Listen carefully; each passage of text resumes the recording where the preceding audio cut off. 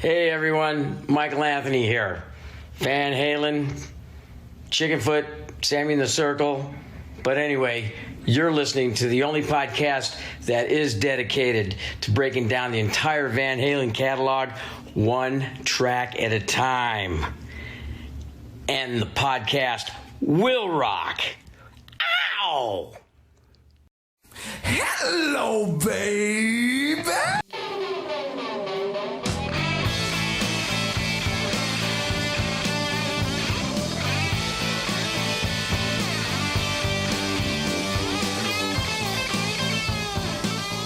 Hello, what's up, all you rockers, rockettes, and lurkers alike, everything in between. You have joined us for a new edition of And the Podcast Will Rock. That's right, I said lurkers, because that's a thing now. We have lurkers, and if you want to be a lurker, meaning you can watch us record it in like real time, you can lurk upon our page. And if you want to do that, go to our Patreon. We have a Patreon now, so go check that out. I am one of your co-hosts, Mark Kamier. How you doing? You guys know what's up. With me, as always, Corey Morissette. Corey, how in the world are you going to survive the second winter of the season? Look, this is like fifth winter, I think, but this one came out of nowhere. It was, it was about +5, which, would have been, high 30s, low 40s, I think, for you Americans. It was beautiful. Everyone's wearing shorts. They have the flip-flops out. 90% of the snow had gone. And then we just got dumped the last 2 days. Actually, everything shut down today. Kids didn't have school. I didn't have work. You couldn't even get out the house. There's like 4 feet of snow everywhere. Like people are just stuck in the middle of the street. And it's been snowing for 2 straight days. It's still snowing and it's not letting up until tomorrow. So I about fucking had it. The only thing that's keeping me going right now is my best good friend in the world, Kevin Brown. We're now just 2 days away from Record Store Day. He's going to be first in line to grab live right here, right now on vinyl for me. So that's the only thing keeping me going. Kevin, you can't let me down, buddy. That's what's keeping the inner furnace warm within Corey's heart. That's right. And Corey's heart. That's a pun, and I didn't even mean to make it, but there you go. Canadian all around, but you know what? Not far from Canada, depending on what part of the country you're in, is this little place called New York. And you know what's not far from New York? New Jersey. And I bring that up because we have a guest on the show with us today, hailing from the great state of New Jersey. So please give it up for fan of the show and new friend, Alan. Alan, What's how you up, doing, guys? my dude? Yeah. How we doing, guys? How we doing? So far, so good. It's a beautiful night. The beer is flowing. The music's about to start going. Whew. The Rangers are ready. winning. Yeah, The Rangers are winning. The Rangers are doing very well right now. It's 5-1. We got like 6.5 left. Oof. It's a beautiful morning. Unfortunately, the Leafs are winning too, so I'm a little sick about that. Listen, they're overall a great team. It's been a really, really great postseason. So we're recording this obviously beforehand. You guys are listening, so either the Rangers pulled off the victory or maybe they didn't. I don't know, but you're either listening to this shaking your head or going, yeah, either way. So, but we appreciate Alan being on the show. We appreciate you supporting it. So we're looking forward to a very fun edition of the show tonight, aren't we, Corey? Absolutely. Corey, what have we got to talk about before we get started with the main meat of the show? Well, not a ton of Van Halen news, but if you head over to the Van Halen news desk, it's of course vhnd.com. There's some cool stories on there. There's actually a really cool interview with Wolfgang Van Halen. He was on the show Hard Drive, and he talked about his new album, the heavier direction he's going in, why he considers himself kind of more of a singer now, even down to the sequencing of how he picked the sequencing for the album. So that's a really good interview. I'd suggest everybody check that out. But I guess the big news, especially if you got $4 million burning a hole in your pocket, is the guitar that Eddie Van Halen used in the Hot for Teacher video sold at Sotheby's for just a shade under $4 million, $3,932,000. Wow. Unofficially, it's the 4th most expensive guitar ever sold. Yeah. Number 1 was Kurt Cobain's acoustic from Unplugged. That was just over $6 million. His Fender Mustang from the Smells Like Teen Spirit video was second at $4.5 million. Third place goes to David Gilmour's Black Fender Strat from the Comfortably Numb solo. That went for $3,975,000, and then Eddie's Hot for Teacher guitar now in 4th spot. Crazy. I mean, yeah, if I had 4 million just lying around, that tells me that I have made enough money in my day to where like all bets are off. So yeah, if I had that kind of money just laying around, why wouldn't I purchase that guitar? Because obviously nothing is outside the realm of possibility. Because who are these people that have this kind of money? I just want to meet with them and talk with them. And the only question I have is just how'd you do it? It was Alan. Just how'd you do it? Well, yeah, I can see it in Alan's shot. It's right back there on the wall. It was Alan's. Like, what's your secret, Alan? How did you do it? Yeah, man. To be honest with you, my big question is what takes number 5? I mean, what's a Slash's gold top, Eric Clapton's original guitar? I mean, Stevie Ray Vaughan's number 1. I mean, what takes number 5 if that's 3? No, 4, you said. So what takes number 5? What takes number 5? The slot in number 5, it belongs to the broken fretboard of one of Jimi Hendrix's guitars, one of his Strats. That's number 5. When you consider private sales, which are hard to confirm, Jimi Hendrix Woodstock Strat sold for $1.3 million. To Paul Allen from Microsoft, and the guitar that kind of made the news a little bit that they dubbed Greenie, which was sold to Kurt Hammett of Metallica after James Hetfield passed it up. It's the infamous Peter Green / Gary Moore Les Paul. Allegedly, Kurt Hammett paid $2 million for it. Wow. Not to go on tangents, have you listened to the new Metallica album, fellas? Absolutely, a few times, yes. Oh boy, here I Not am. all of it. I haven't heard all of it, but I've been hearing a lot of more mixed things, but more positive than the negative. So that gives me hope that they still got a little bit of gas left in the tank. Definitely worth checking out. And actually, it's not on the news desk yet, but Extreme released a couple of new songs from their album 6. That I'm awfully fond of, especially Banshee. And I was going to cue it up, but I didn't. But the Nuno solo in Banshee, little reminiscent of Eddie Van Halen too. Not so much in just the guitar pyrotechnics, but how it fits the song. It's got a little sting to it. So I would recommend, Mark, you check that out too.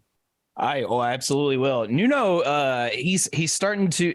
I don't know if it's because of the album or if it's because more people are starting to talk about him more than they ever have before, but Nuno's starting to make waves in the guitar realm, and that's a good thing because Nuno is fantastic, and I don't know why we don't talk about him more often because he's a monster behind that instrument. So kudos to Extreme. No apologies necessary. Looking forward to hearing what else that album has to offer. So all right on. So Corey, should we move on to the rock and poll segment of the show? Yes, we should. And actually, I've got our new spreadsheet up here with the results. And actually an interesting little statistical thing I wanted to share with you here. But last week we did Right Now from the Fuck album. The official poll was 82.4%. What dreams are made of. 17.6%. This dream is over. So maybe not as definitive as one might have thought. Overall, now that brings the Sammy totals from all the polls we've done from the people listening to the show. 71.48% what dreams are made of, 28.52 this dream is over, which is well behind David Lee Roth averages right now, 85.78% for 14.22% against. So Dave in a comfortable lead. But what really surprised me, Mark, was when you go to the Fuck album numbers, we're both at 5-0. The 5 tracks we listened to, we really enjoyed. We gave them up votes, but the fans are 75 for, 25 against. Shameful, erroneous, and lots of other words that I can't even think of because I don't understand it. I don't understand. Now, look, okay, we know music is subjective. We know that. And by God, the Van Halen fans are extremely opinionated and extremely sort of sometimes they are one side versus the other. But you guys, you're killing me here. You're killing me because this is killing any optimism I have in the rest of the way we move forward on the show because I'm puzzled. I'm puzzled by this. What is it about this album in particular? I was going to say just the song, but what is it about this album that not everybody's too keen on? Do you think, Corey, that it just has all to do with the fact that it's a Sammy album, or is there something more? Is this one also a little too piano heavy? And I know there's a segment or a section rather of fans that don't like that. about Van Halen. What do you think? It's interesting. We have 3 songs out of the 5 we've covered in the 80 percentile range. Right now at 82. Runaround is the leader at 85. Judgment Day at 80. In and Out's only at 70, but the one dragging it down is Man on a Mission. 57.4%. What Dreams Are Made Of. 42.6%. This Dream Is Over. So really shocked at the results of that one. I dug Man on a Mission. Yeah, right. So, well, Alan, I don't know if you voted on this poll, but if you did, are you brave enough to tell us what your result was? No, I don't. I don't vote on the polls, fellas. I'm not. I'm a poor fan in that aspect. I'm a fanboy in that. I'm a fanboy to the podcast in that aspect. But like I said, I trust your judgment on most of your calls. I truly believe that you both have a really quality insight on your overview of how the polls are taken. I mean, obviously, it's your taking the percentage of the poll from your own outlook, but I trust it. I think that Man on a Mission is one of the most underrated. So it's like it's tough for me. My opinion is what it is. It's a mystery all around, but I feel that maybe they we'll get some answers here in the Twitter comments. So I'll go ahead and start this off if you don't mind. Sure.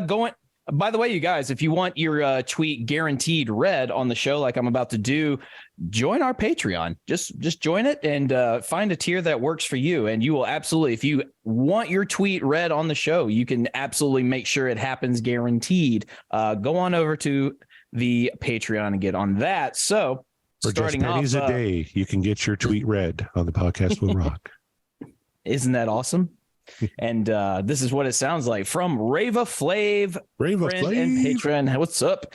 He says, Dave guy here, but this is one of Sammy's best. New direction for the band. Great lead and great lyrics. Tough to hear the song and not think about Crystal Gravy. Hashtag you finally can see your meat. Yes. I agree. And speaking about Crystal Gravy, let's go to our good buddy. Let me just find it. Oh, I had it and then I lost it. Jesus, I'm really bad. Regarding Lulu? Nope. Yeah, Regarding Lulu. That's the one. Yep. Of course, our good buddy Chaz from the Regarding Lulu show says Crystal Gravy singer sounds like Dave Bickler of Survivor. Absolutely, he does. I'm wondering if it's not him. He says, congrats on getting your wings, Mark. It's your tomorrow. There you go. It is my tomorrow. Greg Zito says, congratulations to Mark for joining the Manifest Club. Yes, thank you.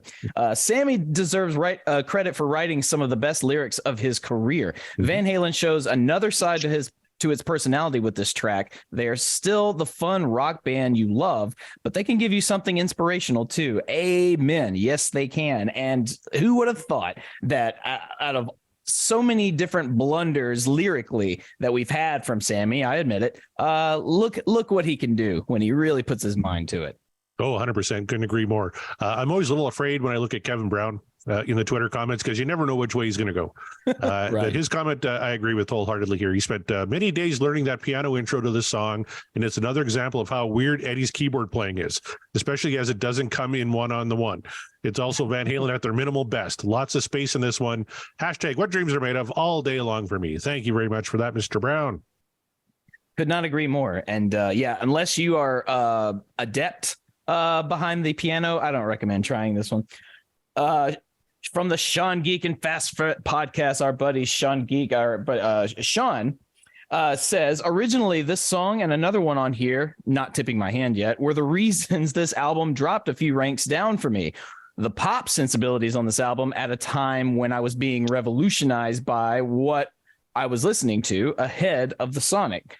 And he goes on. This is a yes. He wrote a mini manifesto. Yes. Listening to Revolution that would hit a year or two later, i.e., I discovered Soundgarden and the Pixies. It all fell very flat.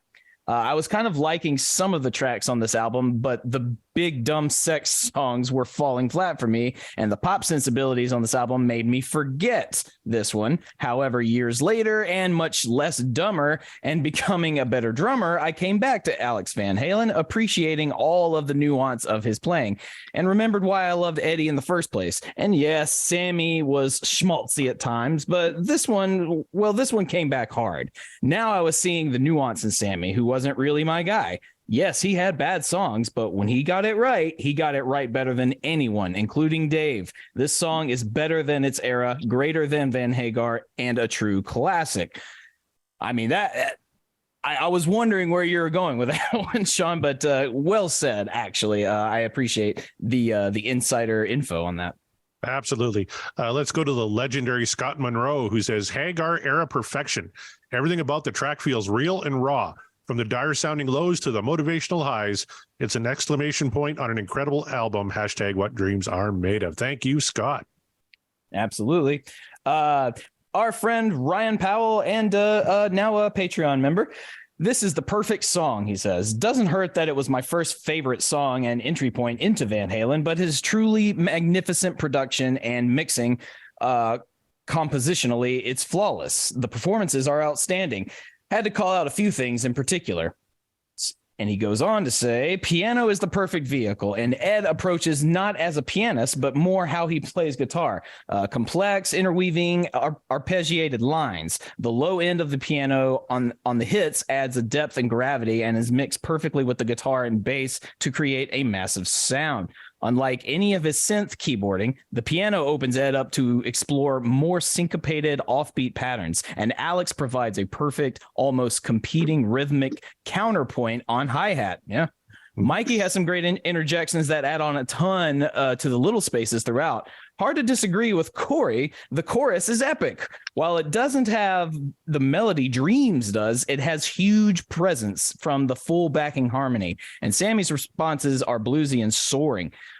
Ascending chords are perfectly enhanced by the spaces the band provides. Ed's guitar solo is a thing of beauty, effortlessly jumping into double time for a second or two on the way down the run. And while not flashy, the entire solo perfectly complements the song and builds the intensity into the final climactic chorus. Finally, Sammy's lyrics and vocal performance rank among his best. Ultimately, while a very different beast than most of the Van Halen catalog, right now stands solidly among the best songs the band has produced. You're damn right. And it's a Sammy era tune, and I want it all on the record. Get it on the record, everyone. Hey, for the record, yeah. For the record, I believe you said hard disagree with Corey, not hard to disagree with Corey. He thinks I'm a schmuck because. Oh, I see. But I like the chorus for his understatedness. It's arguably one of their greatest songs I think in so. Sammy's era. I mean, out of all the hits they had, it's probably the biggest. I don't know. Right Can't Stop Loving You, or Right Now, two of the biggest Sammy Hagar hits, and just on pop structured mega record. All right, let's head back to our patrons. Don DeTallo, also known as Wabo and Cabo, says this album came out while I was in Navy boot camp and purchased once I graduated. The whole album, and in particular this song, is very meaningful to me, especially where I was right now at that time of my life. 32 years later and still working for the Navy, I say it helped. Thanks, Don. Yeah, that's awesome. I would say so too. Yeah, Yep. very cool. Very, very cool. So, and then By the way, Chaz says, trolling jerk. with a downvote. I love this song. I was like, oh, you asshole. Yeah, you just had to. But we did get a couple of downvotes here. Just going to read one here from Dennis Myers, who says, I'm not hating for the sake of hating, but let's be honest. If some dude pulls up next to you at the traffic light with this blasting, are you really going to bang your head and go high five him? Or are you going to wince and slowly roll up your windows? I'm high-fiving them. What are you talking about? Like, what kind of a question is that? This is one of their best songs. It's one of my favorite. You're damn right. Matter of fact, I might say like, hey man, let's pull over and I'll buy you a beer while we're at it. Tell me about it.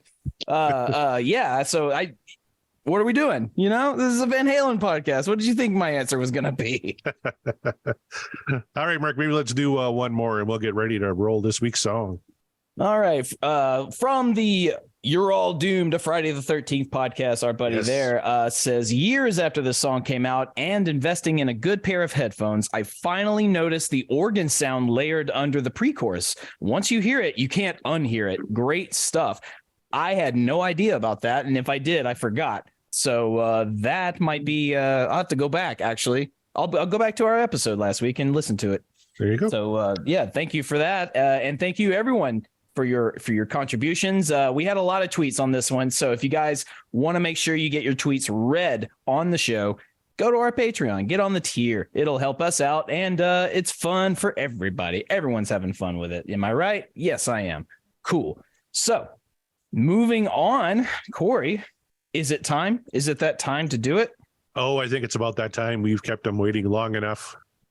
I can see Alan is chomping at the bit, so it's time to do our favorite thing, and that's go to the wheel. Before we hit the wheel, we do the other favorite thing we love. Say it with me, everyone. Manifestations. That's right. We manifest the song that we want to talk about this evening. Alan, you're our guest. You got the Rangers game going. You're feeling pretty good. You're feeling very patriotic towards your state. So tell us, what song from Van Halen or what era from Van Halen would really just set the mood for you and really kind of make this evening, make this show for you as our honored guest truly special? All right. So just basically in order from first to last, we're going to go one with each singer, just to be fair. It opens up the opportunities of actually making the infamous list of, getting the song correct. So I'm going to go with Dance the Night Away for Dave. Arguably one of Dave's best records with early Van Halen. I'm going to go with Can't Stop Loving You off of Balance with Sammy. One of my favorite Sammy records. And then I'm going to go Josephina with our man from Extreme, Gary, and that Van Halen 3 album that is just absolutely loved, so fond by you fellas. Well, you're very confident in your choice in Josephina, and as someone who has not listened to I love Van Halen that 3. track, you're the other one. You and Michael Green, our friend Michael Green. You're the How two. Many Say I is one of the most beautiful songs that Edward Van Halen ever created, and we'll go later on, maybe even another show down the line. But I'll go and critique that to its finest hour. But as we go on, fellas, as we go on.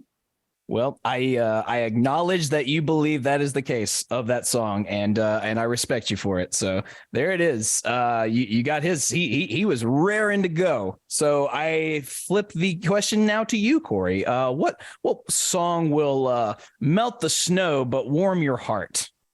Well, before we get to that, we had a couple of Patreon manifestations I should get to. Scott Monroe, yes. He wants to hear Atomic Punk, which is one we have not covered yet from Van Halen 1.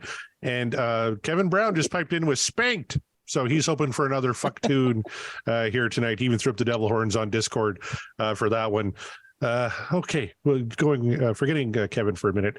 To melt the snow, there's really only one song, right? And it's Summer Nights from 5150. So I'm manifesting a Sammy tune, and I'm manifesting summer. Because I am fucking sick of this. Well, I can tell you, we're kind of hoarding it down here because we're just absolute, because it was real hot the last couple of days over here. So sorry about that, Corey. We're hogging it. I will do my best. I'll go. I'll march to the Capitol and demand that they send some of this warmth up north for the both of you. I'll probably get arrested for it, but it's fine. Just dress like a Viking. Oh, oof. Yeah. We just don't have the time to go into that. But yeah, I get you. Well, this is a particular special show. If you're obviously listening to this ahead of time, but this is post 420, and that's a magical holiday for many magical reasons. So with that vein firmly in place, I have to, in all good consciousness, manifest Amsterdam. I've got to do it. It just makes sense on a show like today's show, for this week in particular. I think Amsterdam's the way to go. All right. Is your lady there? Oh yeah. So and she sends her manifestation prowess to the wheel as well. So and if we spin it, we'll get another guest. Excellent. Well, what do you say, Sammy's been warming up for the last half hour. He's ready to go. Let's do it. He's always warm. Here we go.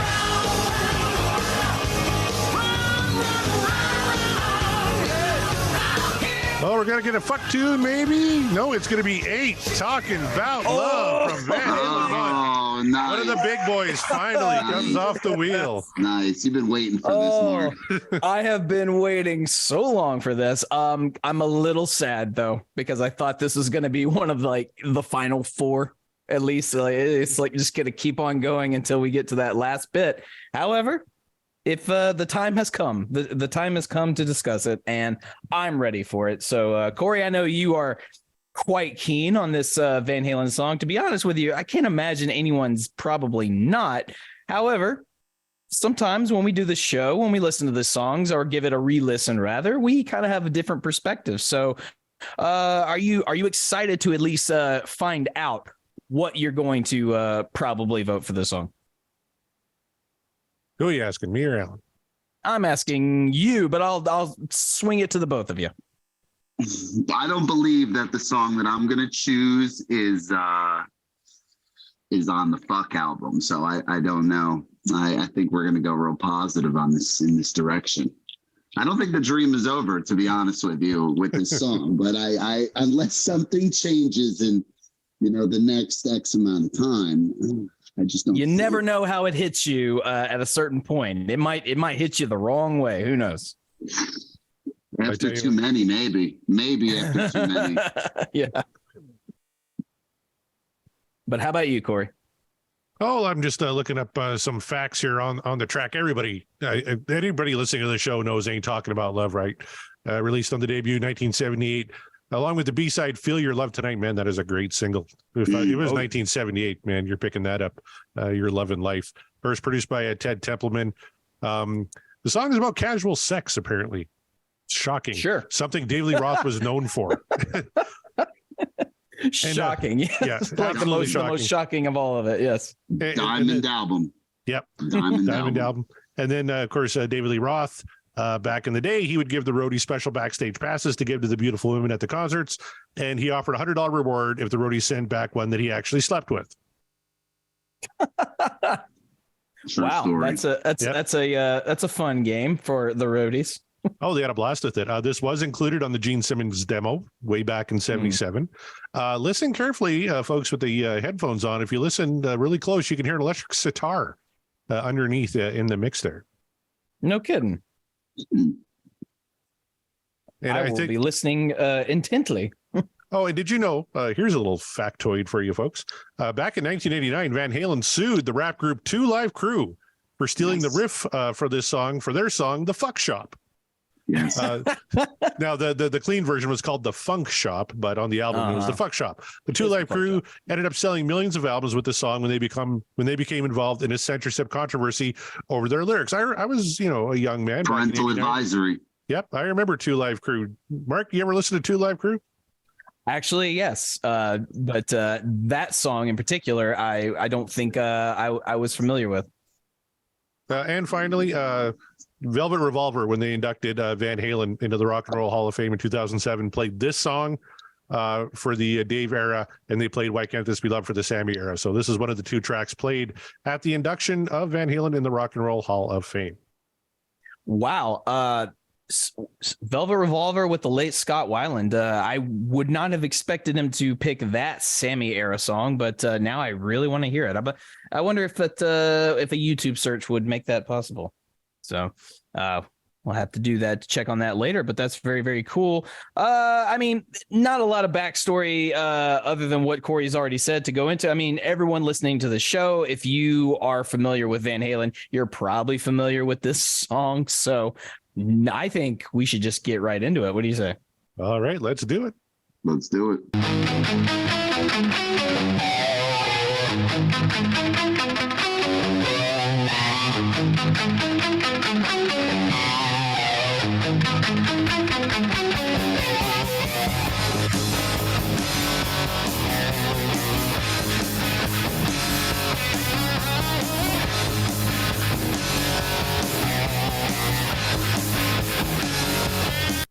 one of the best openers in Van Halen history, Mark?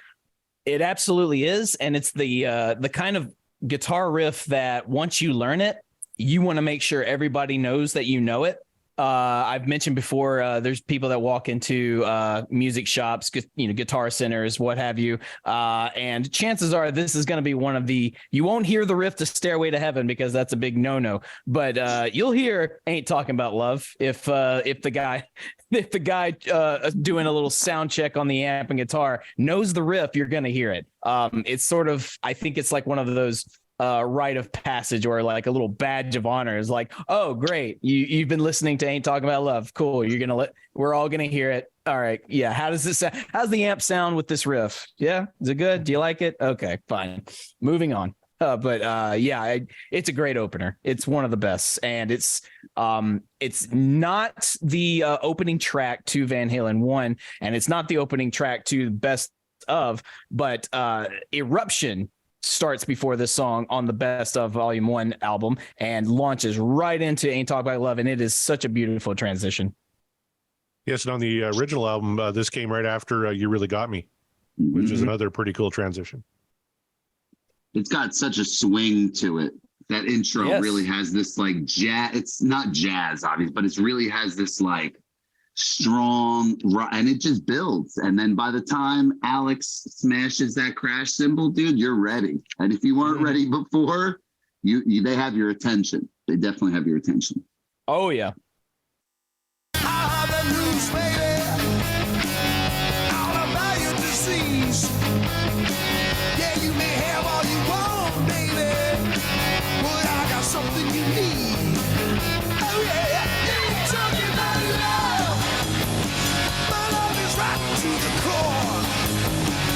Yeah, talking about love, just like I told you before. Yeah, before.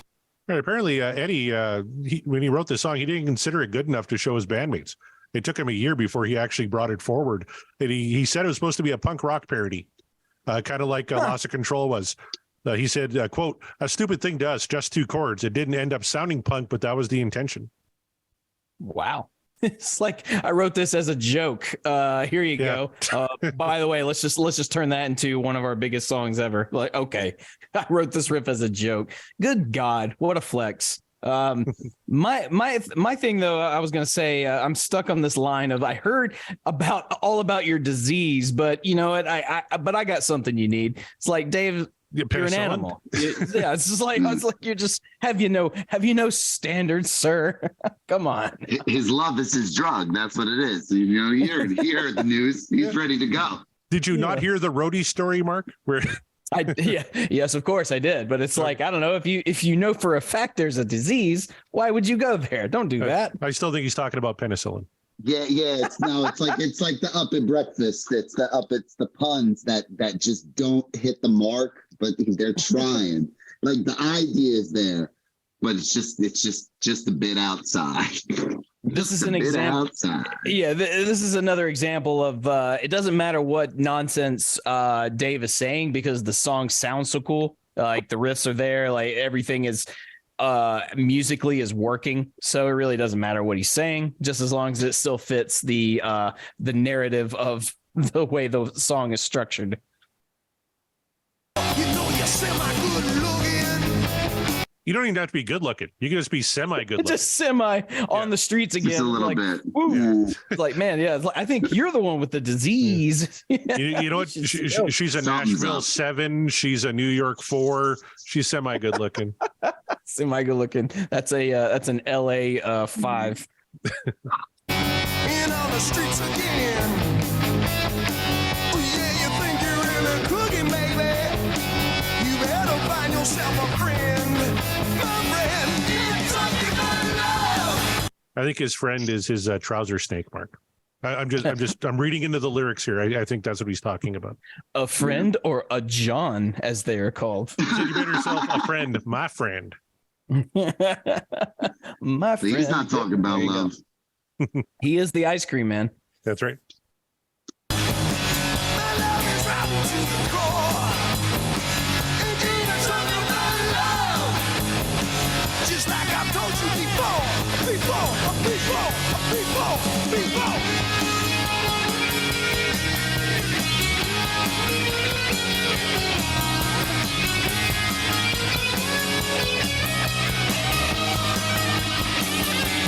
Yeah, you really get the sitar on the guitar solo. Did you hear it? Yeah, that time I did because I was listening for it. I was like, wow, what about that? About the solo. Now we have talked ad nauseum about the way Eddie structures his solos. A lot of times he plays a solo that enhances the song. Sometimes he plays a solo that is just completely outside the box of whatever the rest of the song is doing. And then sometimes he's very subtle and he just plays the solo that fits the rest of what's happening sonically. I think this is an example of the subtle solo. Like he's not giving you super flashy, wham, bam, thank you, ma'ams. He's just giving you like, no, a little extra seasoning with this already juicy steak of a song. It's not flat. It's just subtle. It's subtle, but it's still present enough to let you know that it's there. You know what I mean? Alan, are you a guitar player by any chance? We have a lot of guitar players that come on the show. I do. I've learned I took a year of lessons when I was 9. I didn't play for a few years, and then I've basically played by ear. Since then, I don't know, what is it, like 20 something years. I'm not a lead guitarist, but I'm actually a fairly nice rhythm player. So there you go. This is the best way I could describe it, because I'm not a theory guy. I basically have a low education when it comes to theory, but I can hear something and almost play it. Almost. So something like this, he's doing a lot of octave bends towards that solo, obviously, his dive bombs, his technique. Eddie has a particular technique in his solos. Once you hear that technique, you can clearly hear it in almost every solo. And I'm talking about from the pinched harmonic to the horse wail, to right before he drops before the dive bomb, to when he comes out of the dive bomb and hits you with a fret accent that gives you the high end, and then he goes back to the dive bomb to take that high end down. And if you almost follow that, arguably one of every 4 solos, it's like, let's, for example, I know this isn't wrestling, John Cena. He has 5 moves. That's it. The 5 moves to do. John Cena, 5 moves. Eddie has 5 techniques, and you can follow it in every solo. But because of his classical training, because of that piano, adapting to both, you can hear it in that solo that it's just, it hits the mark. He's in his wheelhouse. He's in his wheelhouse. Yeah. You're right, though. He does have a particular style in his guitar playing. That's for sure. That's really the charm of Van Halen, because he's writing it. Said it any better? Oh yeah. And for sure, especially in these earlier albums, especially in his solos, he had a particular way of playing. So yeah, this song is a very good example of, like, this is his style. Listen to it, get used to it. He's going to keep bringing it back. It's like a pattern. He's going to keep bringing it back. He's going to improve on it the further he goes, but he's still, like, it's always going to be there. And a lot of guitar players, once they find their particular technique, you can nail them down hearing them wherever. It was an early indication on what was definitely to come. Oh yeah.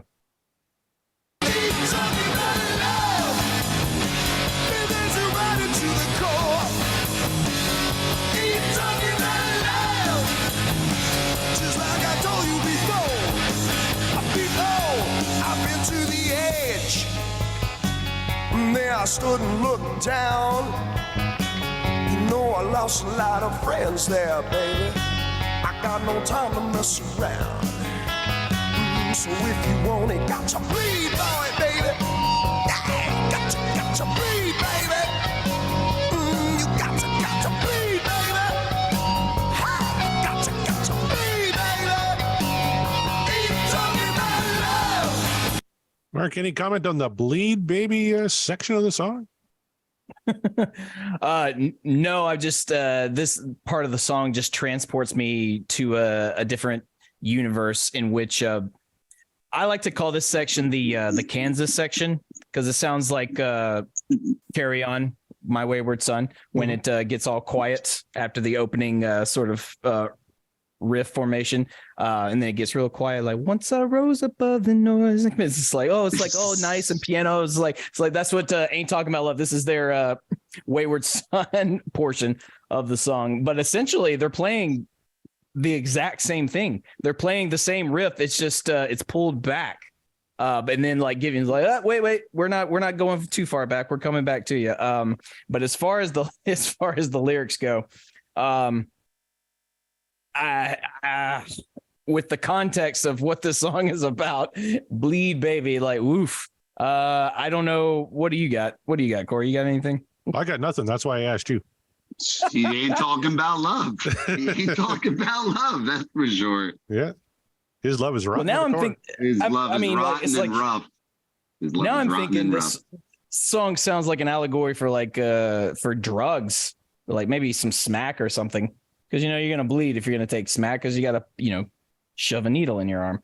You're not the only one that's ever thought that. I mean, I've heard a few people say this could very well be about drug addiction. I don't think it is. He's never alluded to that, but I've been at the edge. I stood and looked down. I lost a lot of friends there, baby. I could see where you would maybe go down that road. Yeah, I mean, it could be both in a way. Like maybe it started off as casual sex, whatever, but then I don't know, it gets kind of dark real quick though. And like, okay, so it turned into sex. Now it's about sex and drugs. And oh, by the way, we're rock and roll. So you got the trifecta there. In your face. Very good. Love is running to the core. Keep talking about love. Just like I told you before. Keep talking about love. Don't wanna talk about love. Don't need to talk about love. Keep gonna talk about love. You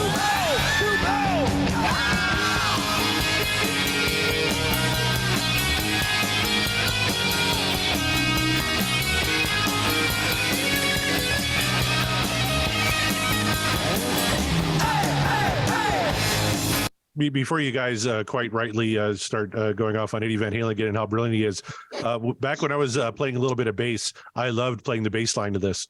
It's such a fun little bass line to play, and I love that Mikey's just out in front in the mix. You can hear him do, just little things like that.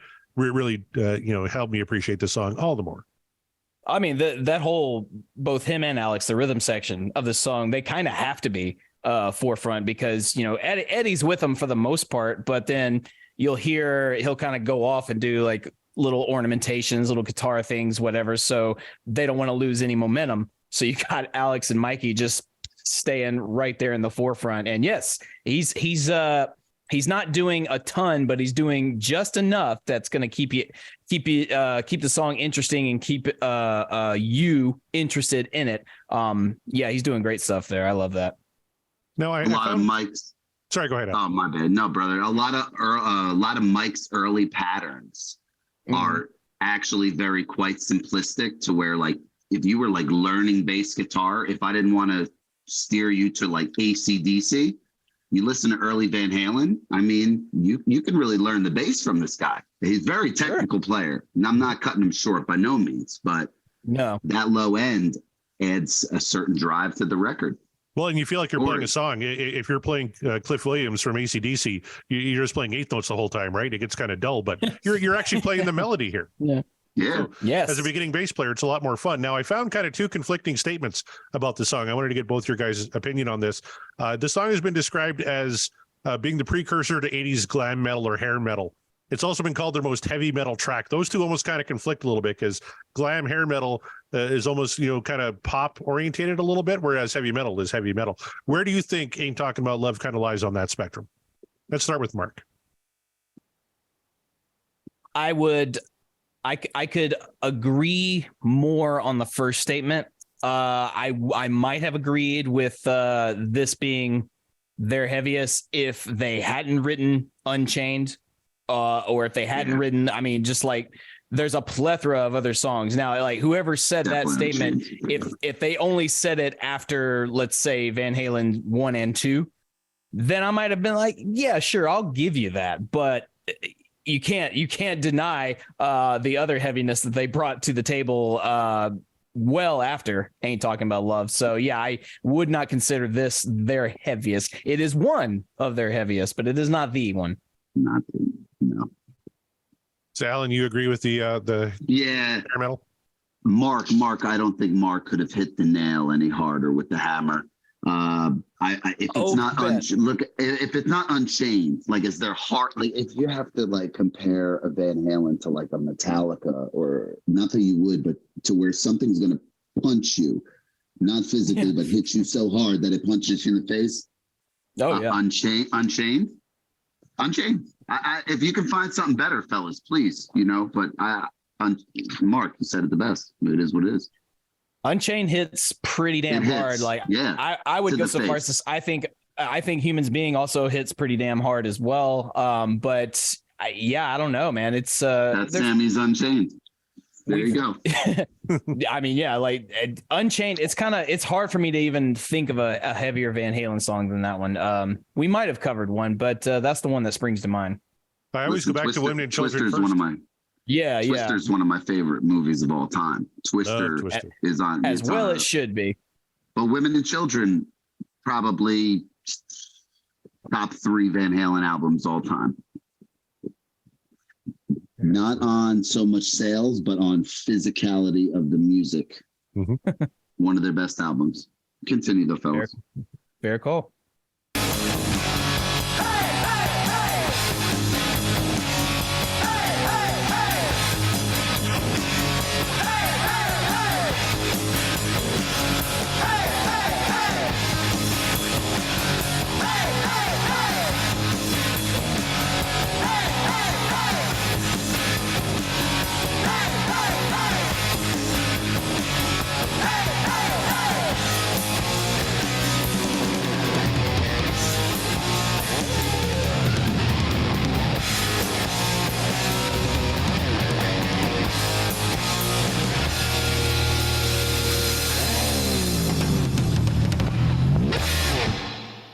It's like Sir Lancelot galloping towards Camelot, coming home.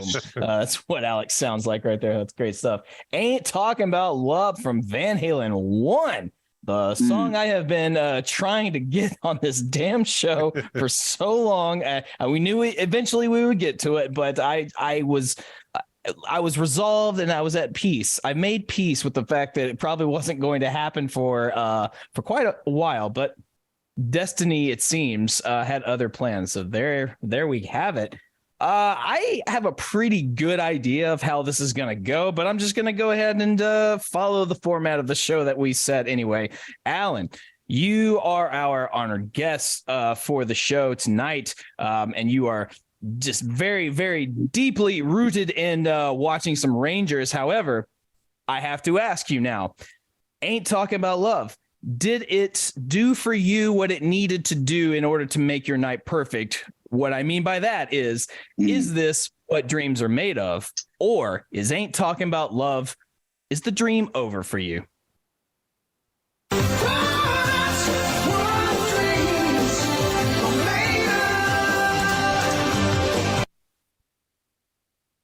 Man, it's a perfect record. It really is.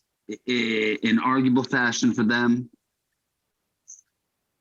probably top 5 Van Halen songs of all time, and that's putting every singer up in the mix. I mean, you're probably not going to put a Gary Sharon in the top 5. That sort of breaks my heart slightly, but that's just my own personal belief. But realistically, it might even be top 3 Van Halen songs of all time. Ain't Talking About Love. Well, there you go. Well said, well put. So therefore, I move on. Corey Morissette, did Ain't Talking About Love melt away the icy blues that you've been dealing with for the past couple of days? Or did hell just freeze over entirely and the dream is over? My hand's so cold, I can't. When eagles fly.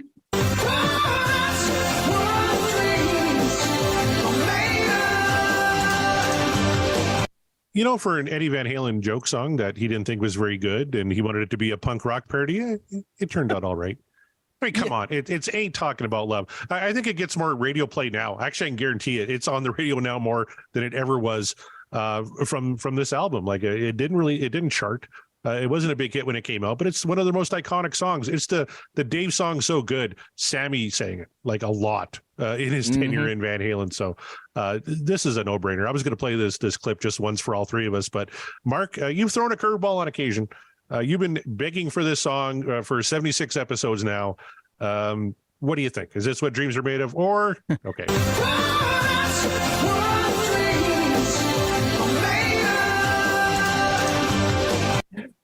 Why bother with the pretenses? Well, I mean, like, no, this is absolutely, I completely agree with everything Alan said, especially definitely top. I would say it's probably in my top 3 at minimum of favorite Van Halen songs. It is actually one of my all-time favorite songs in rock music, period. Throughout my years of growing up, throughout whatever time I have spent thinking about this band, trying to learn how to play songs, or just simply just jamming out to them. Ain't Talking About Love is absolutely in the upper echelon of Van Halen greats. As you say, Corey, this song didn't chart much, but because they played it live so much and because the song just hit so hard, people thought, okay, spin the album for at least this track. And it's not even a single, but that carries a lot of weight. And obviously the song has carried a lot of weight throughout the decades because it is still a classic. Ain't Talking About Love is absolutely what dreams are made of. There's not a lot else I can possibly say to add to it because, I mean, are you even, I know Corey likes to say this, but are you even a Van Halen fan if you downvote this song? Now, I know by saying that I am encouraging trolls and I'm encouraging people to just sort of be like, ha, joke's on you, asshole. Nope, this song sucks. And it's like, okay. And you're right to feel that way, people, if you do, but at least tell us why. And, be honest. Yeah, you should make a prediction, Mark. Well, what do you think the poll is going to be? I said because you're going to have the Marianos, okay, the Chaz Matazes of the world if he's feeling saucy. But I say it's still got to be 95-4-5 against, doesn't it? Like that's fair. Okay, that is very optimistic, and I would say that's an easy bet.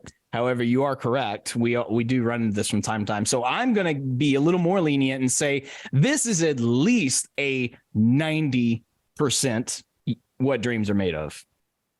And if it is any lower than that, then I have so many questions for all of you listening, even the ones that upvoted, and be like, but I don't believe you. I don't believe it. Like, tell me why. So needless to say, I'm looking forward to the poll next week, but there you have it. So don't let me down, you guys, or if you do let me down, at least give me an explanation because it will make me a very sad boy. All right. That brings us to the part of the show. No, you can't sign us off yet because it's time to play How Many Times Has Van Halen Played Ain't Talking About Love live? Alan's dancing, the Rangers are winning. He's got his mojo flowing, but Mark, he's determined to keep me losing this game, so that's why he won't let me sign off quickly. All right, let's start with Alan. Alan, how many times do you think Van Halen has played Ain't Talking About Love? Oh man.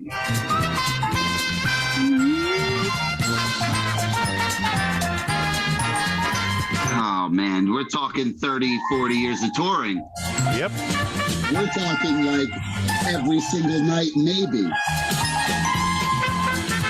565 times. 565 times. Mark Meyer, remember, you have to get closest to the actual number without going over.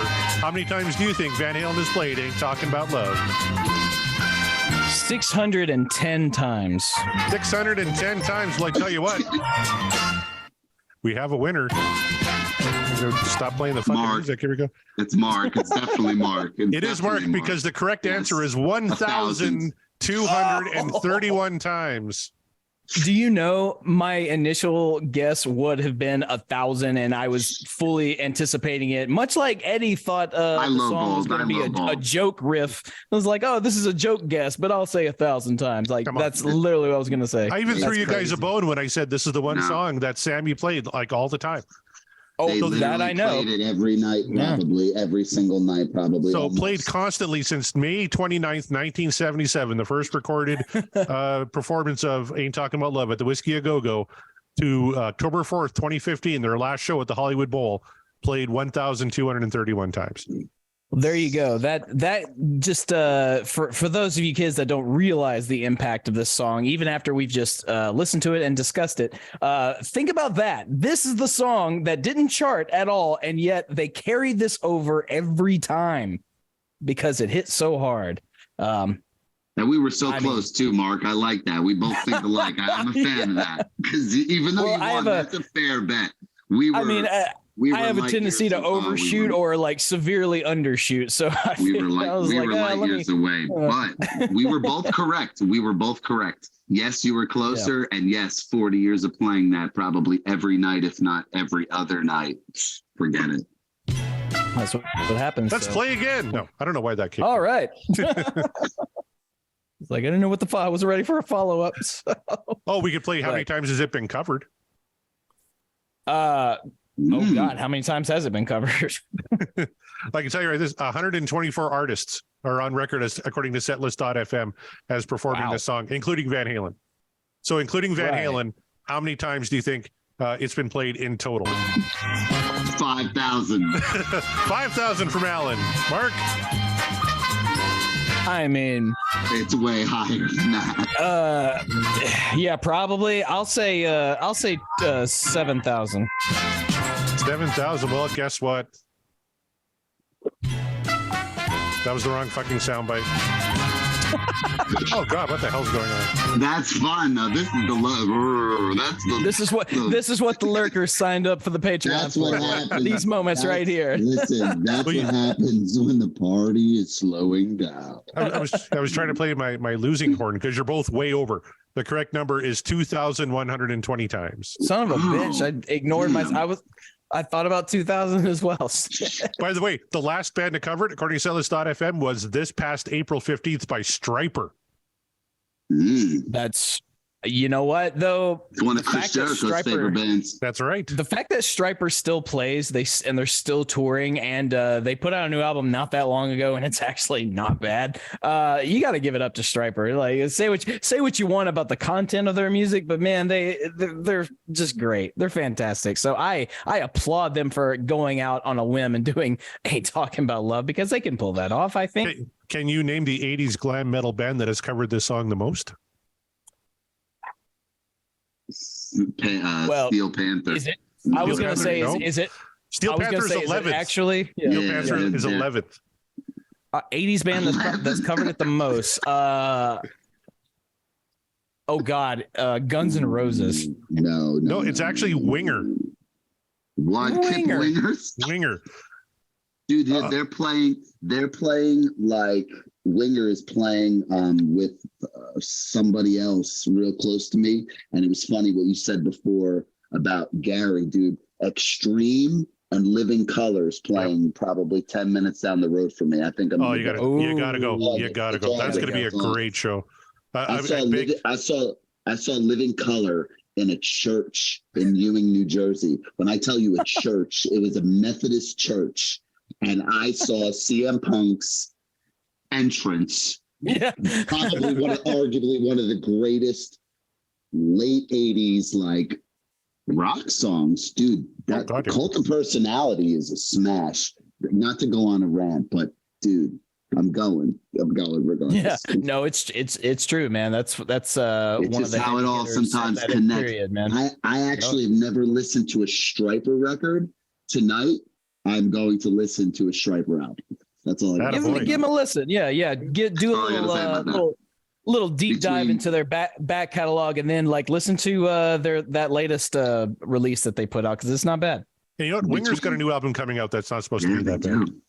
Oh, really? What you guys talk about and what Jared, I'm a big pro wrestling fan too. I know you guys like Yeah. it too. This isn't the wrestling platform, but to what you're all saying collectively, I'm going to put one in. I have to listen to one now. There you go. We aim to please and we aim to bring all the worlds together. That's the power of Van Halen and the power of podcasting. That's why we do it, because, hey, you guys, we're not rock historians. We're not experts on the band. We're simple fans, simple, humble fans, rediscovering a band that we like and throwing in our 2 cents, by which, how we listen to it, how we interpret it. We have other friends that join us on the show that are more experts. So if you want true experts to talk about Van Halen, go talk to them. Go talk to Eric Sinich or Greg Reynolds, like all those guys. But if you stick with us, it's because you're having fun and we're having fun doing it. That's the name of the game, why we do the show. And that, speaking of shows, that's another one in the books, another one off the wheel. The text is getting mighty bold because we're starting to run out of songs, but not too quickly. We still have 46 more tracks to go on this wheel, but man, what a ride it's been, and we're going to keep on going. So Corey, please let the people know where they can find the show, where they can find the like-minded shows, and how to reach us. All right. Well, they could find us on our website, www.podcastwillrock.com. We got links to all of our friends there on the Deep Dive Podcast Network and all of our affiliated shows like Pot of Thunder, which everybody should be checking out still. The symbol of excellence in rock and roll podcasting. You can find us on all the socials at Podcast Will Rock. We don't have a blue check mark, never did, but trust me, we're the only one out there. And if you're so inclined, check us out on Patreon. Maybe you could be lurking with Kevin Brown and friends watching us record these suckers live. I accidentally opened it up to everybody. So everybody who's like subscribed to our YouTube channel is watching live. So Johnny, Davey, Scott Haskin, thank you very much. You're getting a little bonus Podcast Will Rock here for you this week. And let's talk about the Deep Dive Podcast Network, shall we? Which we are proud affiliates of. You can catch myself, John Mariano, and Scott Haskins at Backtracks Aerosmith Revisited, breaking down the Aerosmith catalog. And that's actually when I saw Living Color. They were opening for Aerosmith at the Minot State Fair. And today is the anniversary. Get a Grip. Oh, perfect. Yep. One of my all-time favorite albums. John Mariano and myself also do a show called Backtracks Theme Music. We're breaking down all music from movies. One that's dropping, I'm going to give you guys a little spoiler. The one that's dropping on Monday is a little track from the movie Back to School with Rodney Dangerfield. So check out that movie and check out that show. That was a lot of fun. You can also check out our good buddy Scott Haskin at Uriah Heep, the Magicians Podcast. Nate and John at the Deep Purple Podcast. The Simple Man at Skinner Reconsidered. Terry T-Bone Mathley at T-Bone's Prime Cuts on the Other Side. Rye at Sabbath Bloody Podcast. Paul, Joe, and David at In the Lap of the Pods. Andy and Matt at Hawk Binge. That's the Hawkwind podcast. Eric and Jonathan at Maiden A to Z. Daniel and Josh at Diary of the Madman, the Ultimate Aussie Podcast. Ben and Sam at Universally Speaking, the Red Hot Chili Peppers Podcast. George and Hattie at the Judas Priest Cast. Clay and Rye at North by South Podcast. Greg and Jonathan again at So Far, So Pod, So What, talking all things Megadeth. Kevin Brown at the Tom Petty Project, and Kevin with his good buddy Randy Woods, talking all things Queen at Seaside Pod Review. They found a wheel at the same place we shop for ours. They spin a wheel. They do a song. They just dropped a big one this week, Fat Bottom Girls. Go check that one out. You can check out Quinn at And Volume for All, Sav, Nick, Steve, and Mark at the Rock Roulette Podcast, and Chaz and Greg at Regarding Lulu, talking about that Metallica Lou Reed classic, Lulu. And of course, we have other friends of the show that you should all check out, including the Sean Geek and Fast Fret podcast. You're All Doomed, the Friday the 13th podcast. Of course, the DLR cast and the Bogus Ode show. Pot of Thunder, which I mentioned, booked on Rock with our good buddy Eric Senich, and dissect that film. And that, I think, does it, my friend. All right. And big shout out to our patrons over on Patreon.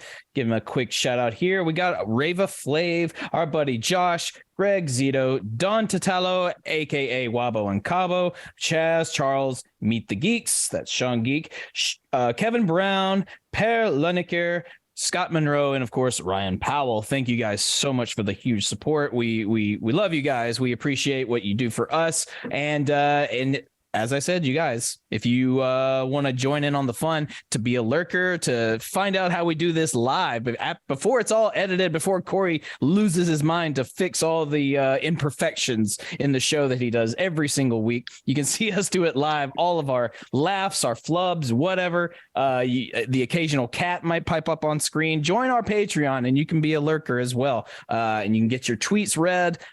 There's other fun tiers. We got a lot of stuff, a lot of cool stuff lined up for you there. So please, if you are so inclined, go check that out. Find a tier that's right for you and get ready to reap the rewards. So, and you can find me at Mark the Bat on Twitter and Instagram, just a shout out. And speaking of, you guys, if you find yourself in the Nashville, Tennessee area, legendary Nashville venue, The Exit Inn, has returned. It is reopened, and they've got a whole plethora of shows already lined up on the docket. And we are one of those shows. And by we, I mean myself and a cavalcade of other crazy Muppets and musicians. Yeah, we're all Muppets.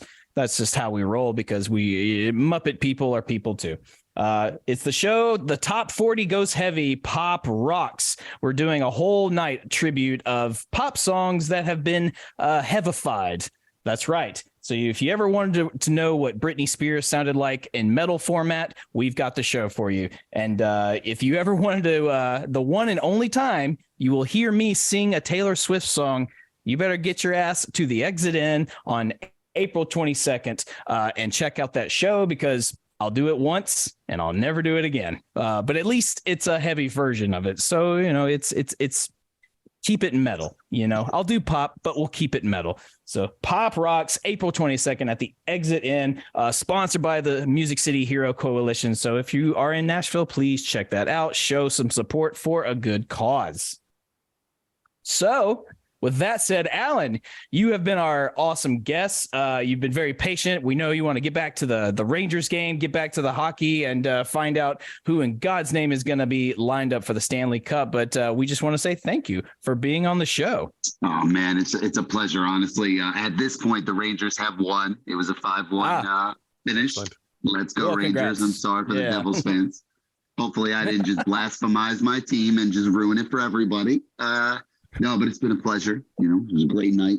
I look forward to potentially maybe doing this again with you. Hopefully I didn't kill my own game. No, but what a great experience. What a great time. Really. Well, glad you had What fun. a great And song. Yes. Yes. Yes. You can find me. You can find me all across social at Gerber Jennings. Gerber like the baby. Jennings like Peter. Gerber Jennings. And look for my music. Look around. See what you can find. You know, until we meet again. I also recommend this. If we can all see this here, this is Guitar World's Van Halen. This is a great book. Look at young Eddie. Yeah. Yeah, this is a great book. So if anyone's never find this, you probably can ebook this at this point. Find it. It's a great book. Perfect. A lot of great books written by great people in the world of Van Halen. So yeah, we like to showcase that as often as we can. So good call. Thank you again, Alan, for being on the show. Glad we spun a good track for you. We don't have a great we got your record. track. Yeah, Yes. that's true. Yeah, we don't have a great track record with our guests and spinning the wheel. Sometimes it's the wheel tends to fuck us really hard. But glad that did not happen for you. Listen, I'm the guest tonight. This has been your show. You're going, what, 70, 78 episodes strong. Mark, do you know how badly you wanted this episode? Do you know how badly you wanted the song? Do you know? I wanted it so bad. As the listener, you wanted it so bad. Yeah. You got what you wanted, man. And that's what it's about. I did. I finally got it. And the only question I have now is, what now? Where do we go from here? Next week we get Josephina, by arguably one of the greatest Van Halen albums ever created, Van Halen 3. It's Eddie's solo album. You jest, but there's a good strong chance that might happen. But look, hey, the quicker we can get done with at least that album, I think the happier I'll be. Apologies to Gary. We had to throw one in there for I know. Listen, Yeah, How so- Many Say I is so Apologies, beautiful Alan, yeah. to listen to. It really is so beautiful to listen to. How Many Say That's the I. show. It is. You got I know. No, I know. It really is so Well- beautiful to listen to.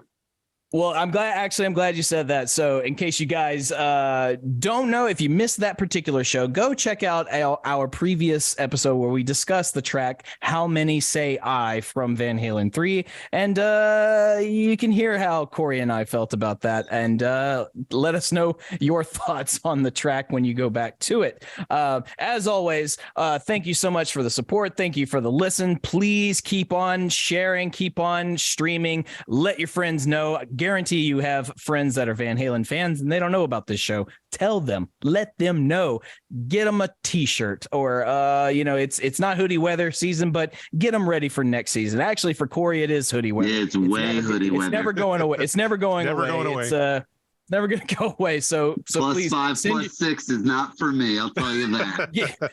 Send all your good vibes and warm vibes to Corey, please, because he's gotta swim his way out of there. That's the show, you guys. We appreciate you. We are, and the podcast will rock, and we will rock you later.